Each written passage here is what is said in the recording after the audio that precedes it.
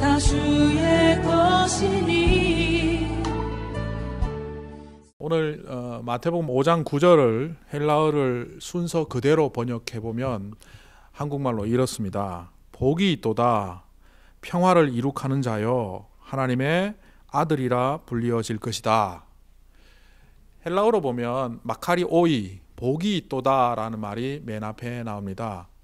이 복이 있다라는 것을 선언하는 이 팔복 혹은 구복의 중에 나오는 말씀이긴 한데, 왜 복이 있느냐? 하나님의 자녀이기 때문에 복이 있는 게 아니라 평화를 이룩하는 자이기 때문에 그 복은 시작하고, 그 복의 종결은 결국 우리가 하나님의 자녀라고 불리어지는 그 자리라는 겁니다. 그러니까 복이 시작이 있는데 그 시작은 평화를 이룩하는 것이고, 종지부가 있다면 그 종지부는 바로 하나님의 아들이라 딸이라 불리어지는 바로 그것이랍니다. 여러분, 그 평화를 이룩한다는 것이 결코 쉽지 않은 일인데, 성경에서는 하나님의 자녀는 당연히 평화를 이루어야 된다라고 말을 합니다. 평화를 어떻게 이루어 가야 합니까? 많은 사람들에게 평화를 이룩하는 자, 영어로 간단히 말하면 peacemaker라고 불리워지는 사람들은 일단 성격이 부드럽고 다른 사람들에게 나쁜 소리 하지 않고 분쟁하지 않고 그냥 조용히 있으면 그 사람을 평화로운 사람이다. 요즘은 평화주의자라고 하죠. 평화주의자다 이렇게 말을 합니다. 그런데 성경은 피스메이커, 평화를 이루는 자를 단순히 그렇게 표현하지 않습니다. 가만히 있다고 되는 것이 아니라 어떤 의미에서는 희생할 자리에서 희생해야만, 희생 없는 평화는 없기 때문에 누군가 희생해야 될까라고 주저하는 공동체가 있다면 먼저 나서서 희생하는 사람, 바로 그 사람을 일컬어 피스메이커라고 합니다. 피스메이커라는 말을 조금 더 쉽게 성경에 있는 말을 인용하면 예수 그리스도께서 하나님과 우리와 사이에 화목제물이 되셨다, 바로 그 표현과 동일한 뜻입니다. 하나님이 우리를 선하게 창조하셨는데 악한 존재가 되어버린 인간은 결국 하나님께 가까이 갈 수 없는 그런 존재가 되고 말았습니다. 그런데 그 관계를 회복하기 위하여 예수님께서 우리를 대신하여 제물이 되셔서 죽으셨기 때문에, 다른 말로 우리를 대신해서 희생하셨기 때문에 평화가 왔죠. 그렇다면 예수님은 피스메이커가 되는 거죠. 가만히 있다고 피스메이킹을 하는 것이 아니라 결국 우리의 자리에서 희생할 때 그게 평화를 만들어가는 자가 됩니다. 지난 1년 동안 여러분들이 평화를 만들어 오셨는지 안 만들어 오셨는지를 한번 자문자답하는 시간을 드려볼 테니까 한 4가지 질문에 대답을 한번 해보십시오. 누군가의 눈물을 늘 닦아주었다. 내가 누군가의 눈물을 닦아준 적이 있는가? 둘째는 누구의 아픔을 같이 아파해 본 적이 있다. 다르게 얘기하면 주변에 아파하는 사람들이 있으면 그 아픔에 동참해서 늘 같이 아파했다는 겁니다.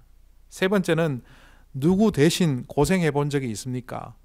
이 말은 풀어보면 이건 누구 대신 억울하게, 내가 한 일도 아닌데 다른 사람의 잘못 때문에 내가 억울하게 대신 고생해 본 적이 있느냐는 겁니다. 네 번째 질문은 생색나지도 않고 아무도 알아주지도 않는 일을 공동체를 위해서 정말 하나님밖에 모르는 그 상황에서도 내가 헌신해 본 적이 있는가입니다. 이 4가지 질문에 사실 4번의 예스가 나와야 우리는 평화를 만들어가는 사람이죠. 어떤 분은 하나쯤, 둘쯤 있을지도 모릅니다. 그런데 상황이 주어졌을 때가 아니라 그 어떤 상황 속에서도 내가 희생할 준비가 되어 있는 사람이야말로 참으로 평화주의자입니다. 그런데 우리가 살고 있는 이 시대는 인본주의가 판을 칩니다. 인본주의는요, 결국 인간이 중심이 되어서 성경 말씀조차도, 하나님이 우리에게 약속해 주신 그것조차도 평가하는 자가 됩니다. 하나님께서 우리에게 평화를 이루는 자가 되라, 그렇다면 하나님의 자녀라 불리는 자가 될 것이다, 이것이 참 복이다 라고 하면 하나님의 믿음 가운데 서 있는 사람이면 그것을 믿고 따라갑니다. 그래서 아까 좀 전에 제가 드린 이 네 가지 질문을 전부 예스 할 수 있는 사람이 됩니다. 반면 인본주의적 영향을 받은 이 시대에 상당히 많은 사람들, 특히 상당히 많은 인본주의적 크리스천들은 이 말씀을 보면 이렇게 평가를 합니다. 하나님의 자녀가 되는 게 뭐 그렇게 복된가? 또 하나님의 자녀가 되기 위해서 내가 평화를 이루는 방금 열거한 이런 희생들을 치를 만한 가치가 있는가? 조금 더 간단하게 표현하면 하나님의 뜻대로 사는 것이 나에게 유익한가 아닌가 늘 재고 있다는 겁니다.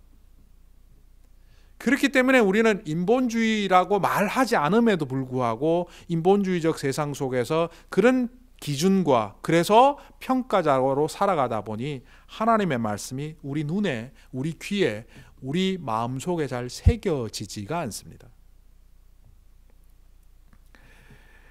톨스토이의 저작 중에 사람은 무엇으로 사는가라는 단편집이 있습니다.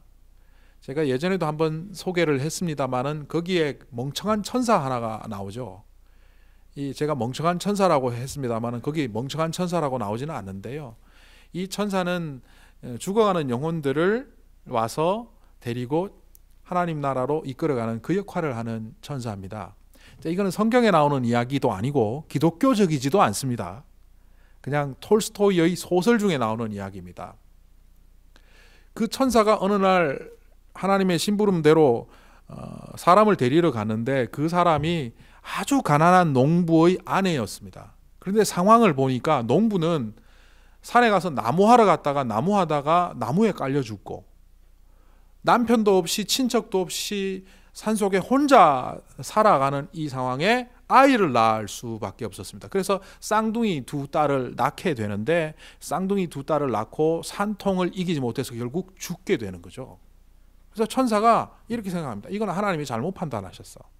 이 상황에서 이 아이 엄마를 데려가면 남편도 죽고 아이 둘밖에 없는 상황에서 이웃들이 돌보지 않고 친척도 없는 이 두 딸은 죽게 될 거야. 그래서 반기를 들고 안 데려갑니다. 그래서 결국 벌을 받아서 날개도 떼고 책에는 안 나오지만 제가 상상을 좀 하면 홀딱 벗겨서 날개도 다 뗀 채로 땅에 버려지죠. 사람의 모양으로.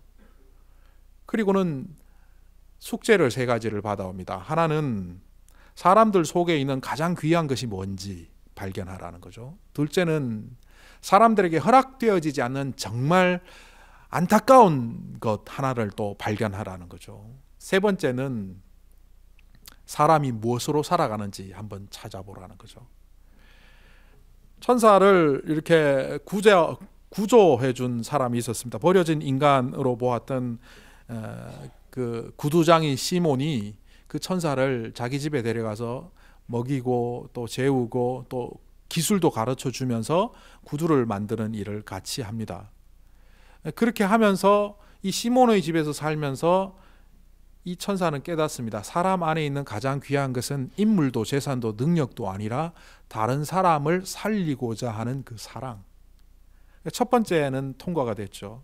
근데 두 번째를 모르겠어요. 그래서 2년인가 3년인가 세월이 지났는데 어떤 부유한 부자가 구두를 맞추러 왔습니다. 와서는 이렇게 말합니다. 가장 좋은 가죽으로 가장 좋은 재질을 사용하되 1년 동안 모양이 틀어지지 않고 변하지 않는 구두를 만들어라. 돈은 무한정 줄 테니까. 그리고 돌아가다가 바로 그 앞에서 사고 나서 죽습니다. 그때 천사는 깨닫습니다. 사람이 장담할 수 없는 것, 사람이 가장 귀하다고 여기지만 가지지 못하는 것이 바로 생명이구나. 그리고 세월이 더 흘러 6년쯤 되었을 때 어떤 아주머니가 어떤 아주 마음이 좋아 보이는 여성이 두 딸을 데리고 왔습니다. 그런데 천사는 대번 알아봤죠. 6년 전에 그가 어머니를 데리고 가지 않으려고 했던 그때 태어난 두 아이가 이제 6살이 되어서 구두를 맞추러 찾아왔습니다. 엄마는 죽었지만 그 두 딸을 이웃들이 버려두지 않고 자식처럼 사랑하고 키워서 결국 그 어머니도 아닌 여인이 이제 아이들이 신을 좋은 구두를 맞춰주러 그 구두 가게에 오게 된 것이죠. 천사는 그때 비로소 세 번째 답을 얻게 됩니다. 사람의 마음 속에 있는 가장 귀중한 사랑은 독점적 자기 소유가 아니라 다른 사람들과의 관계에서 만들어지는 것이고, 그 만들어지는 관계는 제한된 시간 속에서 행해지는 것이기 때문에 나중으로 미루어서는 안 되는 것이고, 결국 사람은 서로 사랑하며 그 관계 속에서 평화를 만들어 갈 때 그것이 사람이 살아가는 이유구나. 책에 나오는 이야기지만 이 이야기들을 종합해보면 결국 우리의 삶의 자리를 톨스토이는 그렇게 이야기로 꾸며놓은 거죠. 세상을 살아가는 많은 사람들이 돈만 있으면 된다고 생각합니다. 인본주의에다가 요즘은 황금 만능주의까지 우리 시대를 휩쓸고 있죠. 근데 왜 돈을 벌까요? 만약 돈이 바퀴벌레라고 하면 바퀴벌레와 똑같다고 여러분 생각해 보십시오. 돈 벌겠습니까? 어떤 사람이 바퀴벌레 이렇게 많냐? 주워갖고 집에 가서 풀어놓겠습니까? 지갑을 열면 바퀴벌레가 쏟아진다면 돈 벌겠습니까? 안 벌죠. 돈이 만약 똥과 같다면 돈 벌겠습니까? 집에다가 차곡차곡 똥 쌓는 사람 있습니까? 아무도 없습니다. 우리는 돈이 우리에게 자유를 주고 우리에게 일정한 만큼이든 무한대이든 정확히 알 수는 없지만 그것이 우리에게 기쁨을 준다고 믿기 때문에 돈을 버는 겁니다. 사실 돈은요, 우리에게 일정한 만큼의 자유를 보장해 줍니다. 우리에게 일정한 만큼의 평화를 보장해 줍니다. 기쁨을 줍니다. 그런데 그것은 일정한 양만큼이에요. 그 넘어서는 진정한 자유와 진정한 평화는 오늘 말씀을 통해서 하나님께로부터밖에 올 수 없다는 것을 우리는 인지해야 함에도 불구하고 이 인본주의적 세상 속에서 살아가다 보니 어느새 우리는 하나님보다는 세상을 닮은 사람들이 되어 있다는 겁니다. 공교롭게도 오늘 큐티 내용 중에도 그 구절이 인용되었는데요. 누가복음 2장 14절을 여러분 아시죠? 우리가 흔히 이 구절을 크리스마스 때 간단하게 이렇게 말합니다. 하늘에는 하나님께 영광이요 땅에는 사람들에게 평화로다. 땅에 사람들에게 평화, 주님께서 오시면 이 땅의 모든 사람들이 평화를 얻습니까? 아니지 않습니까? 주님이 오셨음에도 여전히 전쟁은 있고 평화를 누리지 못하는 많은 사람들이 이 땅에 존재합니다. 그런데 성경은 정확하게 이렇게 말합니다. 누가복음 2장 14절에 나오는 것을 원어의 느낌과 우리말의 느낌을 그대로 살려서 번역하면 이렇습니다. 주님께서 좋아하시는 사람들에게 평화가 있도다. 아무에게나 평화가 있는 게 아니고 주님이 좋아하는 사람, 주님이 좋아하는 사람, 인정하는 사람에게 평화가 있답니다. 이 사람이 누굴까요? 바로 평화를 받으려고 하는 사람이 아니라 평화를 만들어 가려고 하는 사람이죠. 세상은 끊임없이 누군가로부터 주도록, 누군가 나에게 주기를 원하며 살아갑니다. 그래서 열심히 소유하고 가지고 그것만이 나의 것이라고 여기며 살아가지만 이 평화를 만든다는 얘기는 다른 말로 뭡니까? 내가 남에게 평화를 주는 자라는 겁니다. 내가 소유하지 않고 나의 것을 오히려 나누어 줄 때 그것이 평화를 만들어가는 것이라는 겁니다. 우리가 살고 있는 이 시대의 윤리는요, 네 것도 내 거고 내 것도 내 거예요.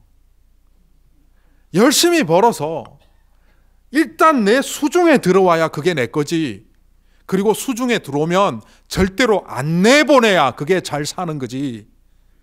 저 사람한테 있는 게 어떻게 내 것이며 내 것을 어떻게 저 사람한테 줄 수 있느냐는 거죠. 이게 저와 여러분 이 시대를 살아가는 모든 사람들에게 있는 보편성 안에 있는 생각입니다. 제가 특별히 만들어낸 게 아니에요. 그런데 성경을 이걸 정면으로 뒤집지 않습니까?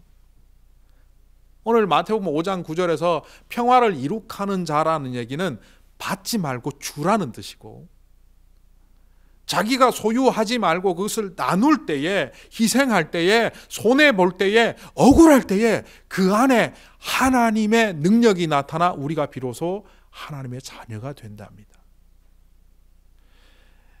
이 말을 좀 이해하기 쉽게 하기 위해서 성경의 한 인물, 여러분들이 너무나 잘 아는 요셉을 다시 한번 등장시킵니다.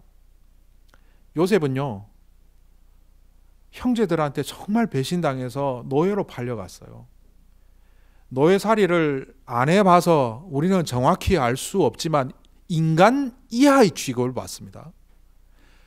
각 시대의 노예들을 연구해 놓은 자료들을 보면 로마 시대도 마찬가지고 그리스 시대도 마찬가지고 이집트 시대도 마찬가지고 바벨론도 마찬가지입니다. 전쟁에 패한 국민들은 타국에 끌려가서 노예가 될 때 더 이상 인권이 없습니다. 인간으로 취급하지 않습니다. 그래서 주인이 그를 죽인다고 해서 살인죄가 적용되지 않습니다. 무시도 그런 무시가 없습니다. 그런 상황 속에서 살아가는 그 모습을 성경은 이렇게 기록합니다. 보디발이 요셉에게 하나님이 함께 하시는 것을 보았더라. 과거의 번역에서는 이것을 형통하더라. 요셉이 형통한 것을 다른 사람이 보았다. 요셉이 형통했다라고 표현합니다. 또 그가 누명을 쓰고 감옥을 가지 않습니까? 정말 치사한 누명을 씁니다. 억울하게 짝이 없는 누명을 쓰고 그 충성을 했던 주인으로부터 버림받고 결국 감옥에 가게 되는데, 그 감옥에서 가서도 그는 살아가는 모습을 다른 사람들이 볼 때 요셉을 통해 하나님이 함께 하심을 보았다라고 기록합니다.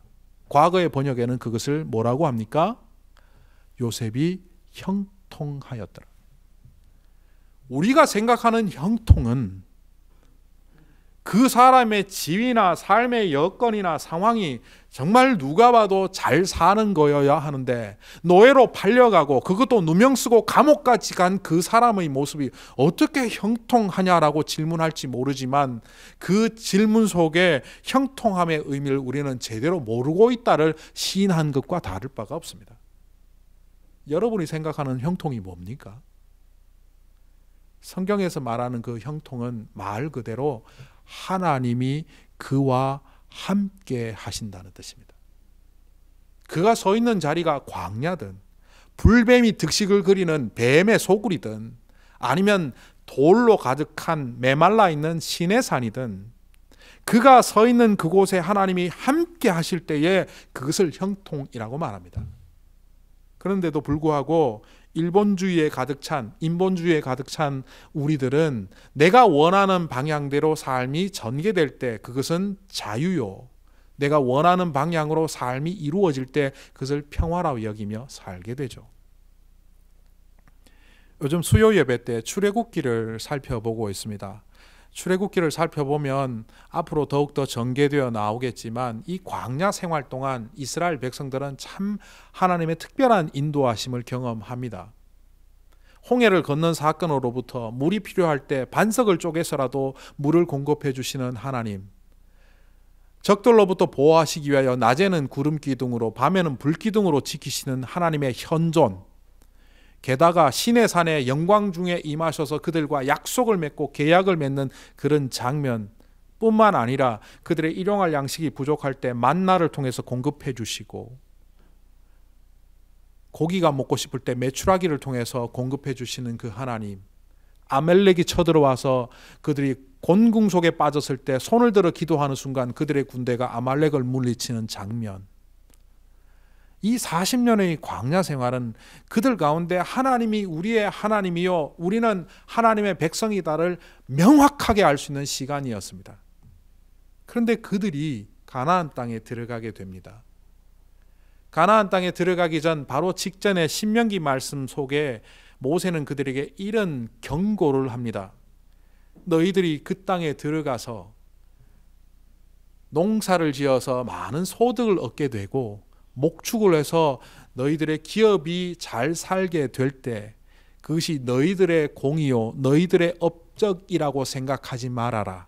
만약 거기에 취해 살면, 여호와를 기억하지 않고 거기에 취해 살면 어느 순간 너희는 멸망하는 백성이 되리라. 신명기 8장에 나오는 말씀이죠. 그래서 많은 사람들은 그렇게 생각합니다. 하나님 말씀 안 듣고 살아가면 어느 순간 농사가 쫄딱 망해서 흉년이 되고 목축이 쫄딱 망해서 양들이 다 죽고 그래서 나는 알거지가 되겠구나. 그때 나는 손들고 회개하고 나오겠구나. 그리고 가만히 봤더니만 이스라엘 백성들이 가나안 땅에 들어가서 경제적으로 정치적으로 쫄딱 망하지 않았어요. 또 우리가 살아가는 시대에도 보면 하나님 믿다가 하나님 떠나거나 아니면 하나님을 아예 믿지 않는 사람들이 쫄딱 망하지 않아요. 그래서 우리들은 그렇게 생각합니다. 멸망한다더니만 멸망 안 하네. 우리는 멸망을 잘못 이해하는 거죠. 과거의 교회에서 하나님을 진짜 유치하게, 어떤 의미에서는 하나님은 절대 그런 분이 아닌데 하나님을 굉장히 치사한 분으로 가르쳤어요. 그게 뭐냐 하면 하나님 잘 믿다가 충성할 때는 복을 주시지만 떠나면 농업도 목축도 비즈니스도 다 망하게 하시는 하나님. 그렇게 가르쳐서 겁을 줬는데 겁먹고 있다가 잠깐 나가서 죄 지어 보니까 죄 지었는데 벌도 안 받거든요. 그러니까 사람들은 뭐 별로 문제가 없네? 신명기에서 너희들이 세상의 부유함에 빠져서 멸망하는 백성이 된다는 얘기는 상업이 망하고 농업이 망하는 것을 말하는 것이 아니고 그들의 영혼이 무너지고 결국 그들을 통해서는 이 땅에 평화가 올 수 없을 뿐만 아니라 그들의 심령 속에 그 어떤 평화도 존재할 수 없는 삶을 살 수밖에 없다는 겁니다. 억만금을 가져도 그 마음은 지옥이요. 세상에 그 어떤 성공을 했다고 할지라도 그를 통해서는 분쟁과 다툼만이 나올 뿐 그 성공은 결코 이 땅에 평화를 가져올 수 없는 존재가 된다는 겁니다. 영적으로 보면 완전히 파괴된 존재입니다. 그를 일컬어 성경은 멸망하는 백성이라고 말합니다. 가나안 땅에 들어가서 세상 문물에 빠져서 우상을 섬기는 백성들이랑 우상을 섬기고 이방의 백성들이랑 다를 바 없이 살아갈 때 그들 속에 뭐가 있었습니까? 갈라짐이 있었습니다.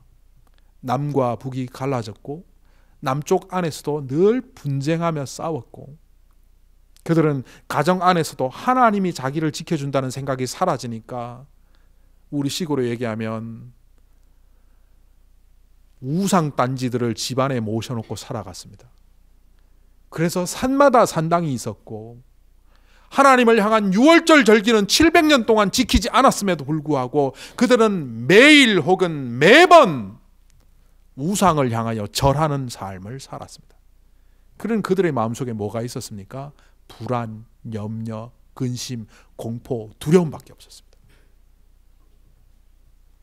결국 하나님께서 우리에게 평화를 이루라라는 말은 표면적으로 보면 다른 사람의 평화를 위하여 노력하는 사람, 희생하는 사람, 헌신하는 사람이 되라고 말하신 거지만 바로 그 헌신을 통하여 그 희생을 통하여 진정 이 땅의 평화를 이루라는 것이고 그 이 땅의 평화의 가장 큰 혜택은 우리 자신으로부터 비롯된다는 것을 알게 해주시는 겁니다.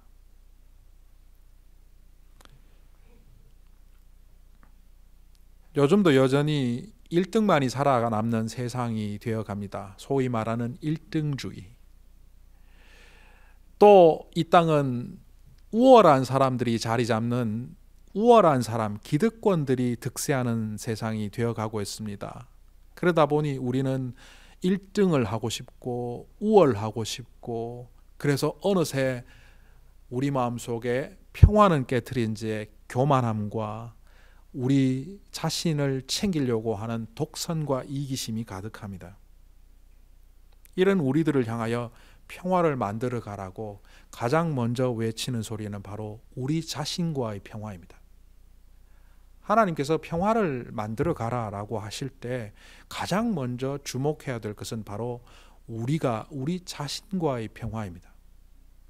세상을 분주하게 살아가다 보면 자기 자신이 누군지도 모르고 살아갑니다. 그래서 우리나라 사람들은 이런 말을 잘 하죠. 정신없다. 예. 그리고 그렇게 살아가는 사람을 타인이 뭐라고 말합니까? 얼빠진 놈. 그 얼이 뭔지 아세요? 얼굴 할 때 이 얼이 뭔지 아세요? 영혼이란 뜻입니다. 여러분의 얼굴을 통해서 여러분의 영혼이 보인다. 우리 한국 사람들은 그렇게 생각했나 봐요. 그래서 얼이 보이는 동굴, 그리고 그 얼이 빠진 사람을 얼 빠진 놈, 정신없는 놈. 우리가 하나님 앞에서 얼 빠진 존재로 살아가는 것처럼 보일 때 여러분들은 그 얼을 빨리 찾으셔야 돼요. 우리 자신과의 평화를 먼저 만들어 가야 합니다. 그래서 조용히 묵상하고, 그 묵상은 혼자 독처하는 그런 것이 아니라, 그래서 다른 종교에서 말하는 메디테이션, 명상을 말하는 것이 아니라 성령님 앞에서, 하나님 앞에서 온전히 우리가 어떤 존재인지를 발견하는 거죠. 에덴 동산에서 수많은 것들을 누렸던, 아니 최고의 행복의 조건을 누렸던 아담과 하와는 그걸 잃어버리죠. 그래서 그걸 잃어버리지 않도록 하기 위하여 하나님께서는 이미 에덴 동산에 선악과를 두셨죠. 웬 뜬금없이 무화과나무입니까? 선악과를 통하여 우리가 피조물이며 우리는 하나님 없이는 살 수 없는 존재임을 늘 보게 하셨는데 그거를 없애버리고자 먹어버립니다. 그런데 그 결과는 어떻게 되었는지 우리는 다 알고 있습니다. 평화가 깨어지고 모든 것을 잃어버립니다. 자기 자신과의 평화를 누린다는 것은 결국 하나님 앞에서 내가 어떤 존재인지를 분명히 알아가는 겁니다. 우리가 이루어야 될 두 번째 평화의 자리가 있다면 타인과의 평화입니다. 신약 성경에 나타나는 마귀, 악마라는 단어는 디아블로스입니다. 이 디아블로스라는 말은 디아블로라는 동사로부터 비롯되었는데 이걸 분석해 보면 디아와 블로우입니다. 어디 사이에 들어가서 이간질하는 존재가 디아블로스입니다. 피자집에 가면 디아블로 피자 이래갖고 좀 매운 거는 디아블로 피자라고 하지만 신약 성경에서 말하는 디아블로스는 어디 사이에서 이간질하며 관계를 파괴하는 자를 악마라고 묘사합니다. 타인과의 관계를 존중하지 않고 나에게 이득이 되고 나에게 도움이 되는 사람들만 관계를 맺어가고 있다면 차별 내지는 이간질입니다. 이 차별과 이간질을 하는 사람에게는 타인과 평화를 이룰 수가 없습니다. 나에게 전혀 도움이 안 되더라도 그 만나는 한 사람 한 사람을 통하여 하나님이 이루어 가실 뜻을 분별하고자 하는 사람들 통해서 사람과 사람 사이의 평화는 이루어지고 그 관계를 통하여 하나님은 역사하십니다. 결국 이 화평케 하는 자, 평화를 이루어가는 자, 피스메이커는 자신과의 평화를 회복한 사람이 타인과의 평화를 만들어갈 때 제대로 진행이 됩니다. 그러나 이 평화를 만드는 것에 있어서 가장 중요한 자리는 나 자신과의 자리도 아니고 이웃과의 자리도 아니고 그 완성은 결국 하나님과의 관계를 온전히 평화롭게 만들어갈 때 가능합니다. 하나님과 평화를 어떻게 이루어갈까요? 정답부터 먼저 말씀드리면 하나님의 도구적 삶을 살아가는 사람만이 하나님과의 관계를 회복할 수 있습니다. 이게 무슨 말이냐 하면 제가 여러 번 설명했습니다. 구약 성경에서 거룩이라고 말할 때 이 거룩은 그 자체가 특별한 게 아닙니다. 동일한 컵이 있고 동일한 등잔불이 있고 동일한 물건이 있지만 그것이 사람들을 위해서 사용되면 거룩하지 않은 것이고 그 동일한 물품이 성전에서 하나님을 향하여 등불이 켜지고 하나님을 향하여 떡을 바치고 하나님을 향하여 뭔가를 드려지는 접시나 잔으로 사용되면 그 잔은 특별히 만들어진 것이 아니라 용도 때문에 도구 때문에 그것은 구별된 거룩이 됩니다. 하나님께서 우리를 거룩한 자로 하나님의 평화의 도구로 사용하시겠다고 말할 때 순종하지 않으면 가만히 있어도 타락한 겁니다. 어떤 사람은 그렇습니다. 나는 특별히 죄 짓지도 않고 그냥 무난하게 살아가고 있는데 왜 내가 죄인이지? 다른 사람 해꾸지 한 적도 없고 이 정도면 무난한데 하나님의 편에 서서 도구로 사용되지 않는다면 악마의 도구이든 내가 생각하기에 중립지대에 있는 존재든 그건 전부 밖에 있는 존재의 악한 도구입니다.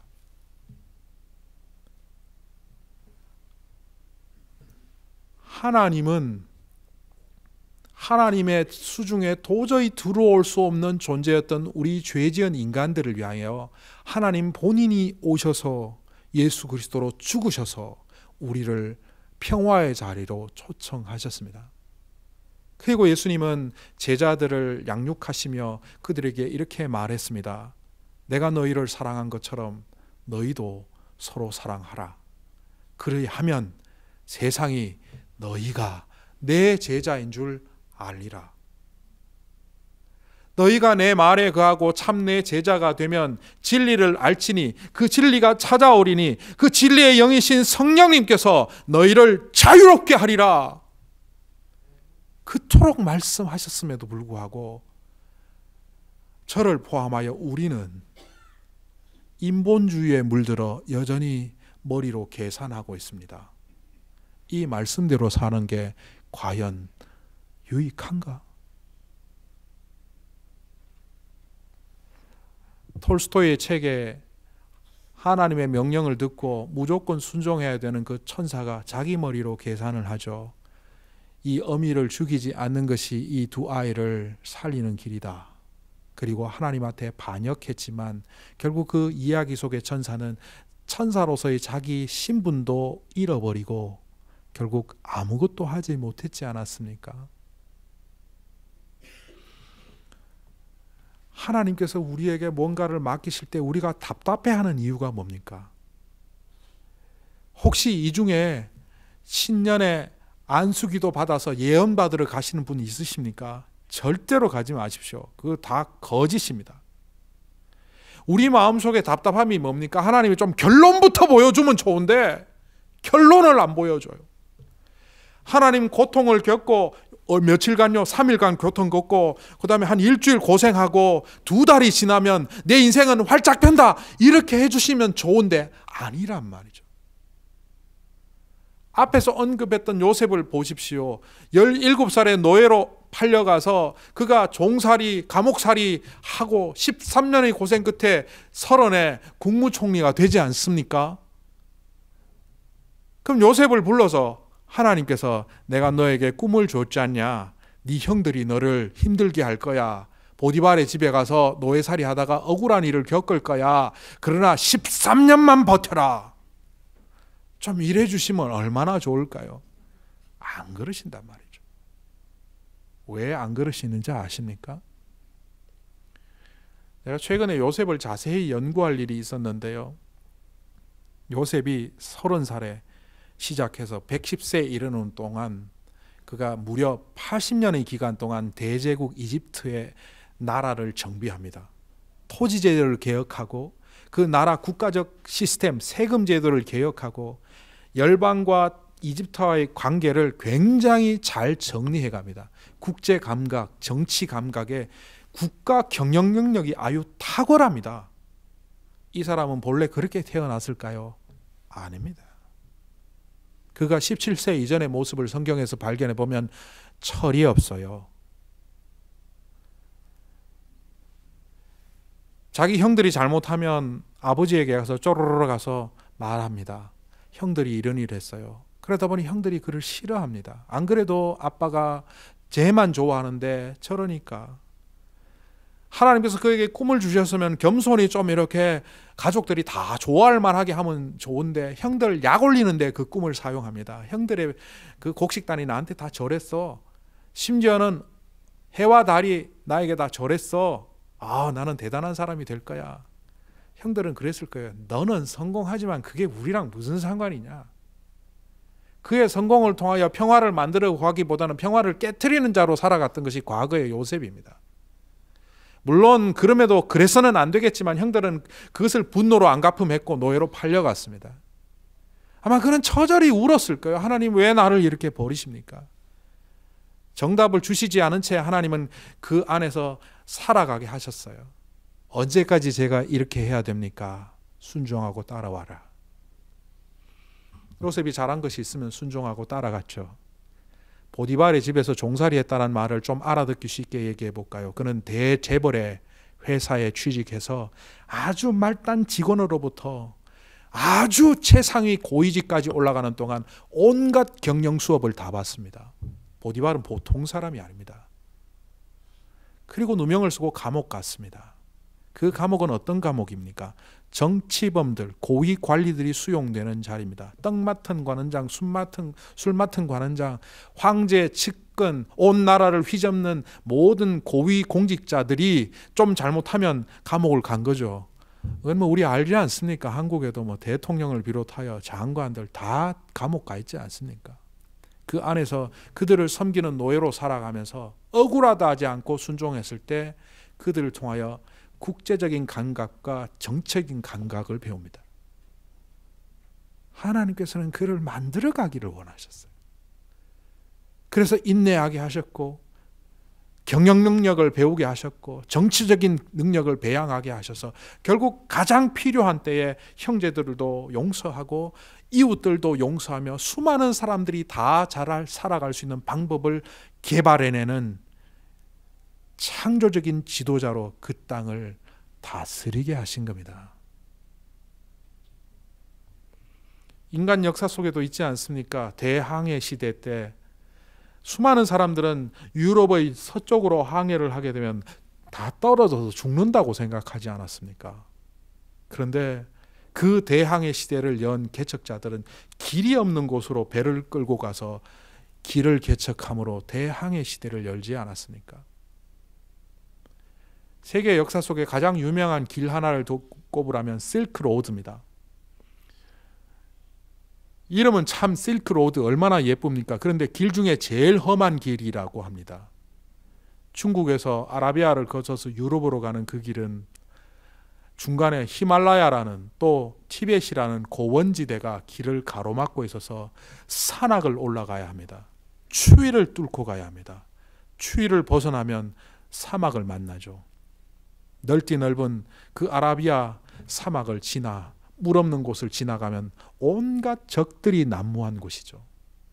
실크를 운반하며 문물을 갖고 가다 보면 산적들, 해적들, 온갖 야적들을 다 만나는 그 길을 본래 길이 있어서 떠난 것이 아니라 옛날에 고대 상인들이 그 길을 끊임없이 투벅투벅 걸어간 순간 그 자리는 이어지고 이어져 실크로드가 되지 않았습니까? 우리 인생에는 길이 없습니다.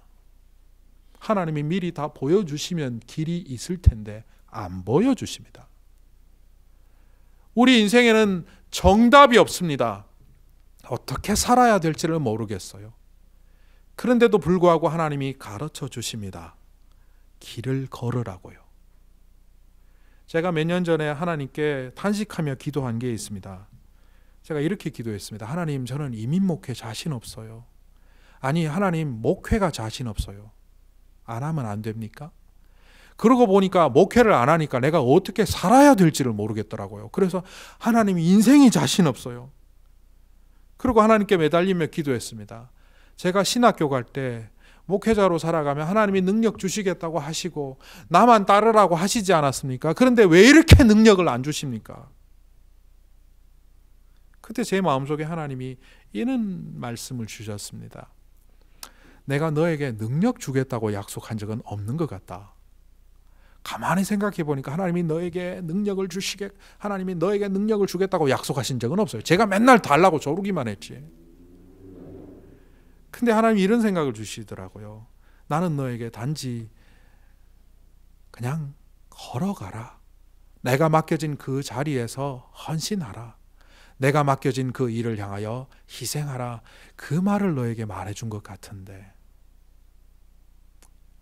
하나님이 늘 저에게 하셨던 말씀은 그냥 이 자리에서 묵묵히 걸어가라 였습니다.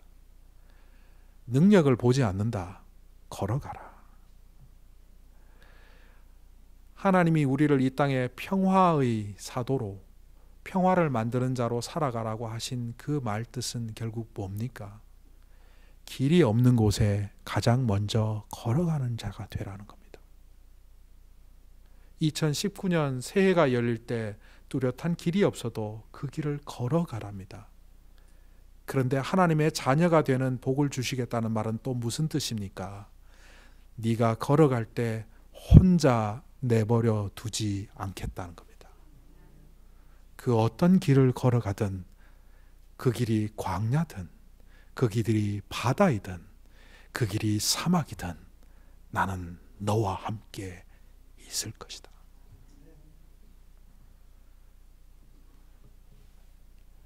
우리는 결코 혼자가 아니었고 앞으로도 혼자가 아닐 겁니다. 눈물 흘리지 마십시오. 두려워하지 마십시오. 우리는 이미 하나님의 평화 속에 있고 그 평화를 위하여 헌신할 때 이 땅에 하나님의 평화가 이루어질 뿐더러 그 가장 큰 혜택이 바로 우리 안에서 이루어진다는 것을 명심하며 주님이 가라고 한 그 길을 주님과 함께 걸어가시는 우리 모두가 되기를 간절히 소망합니다.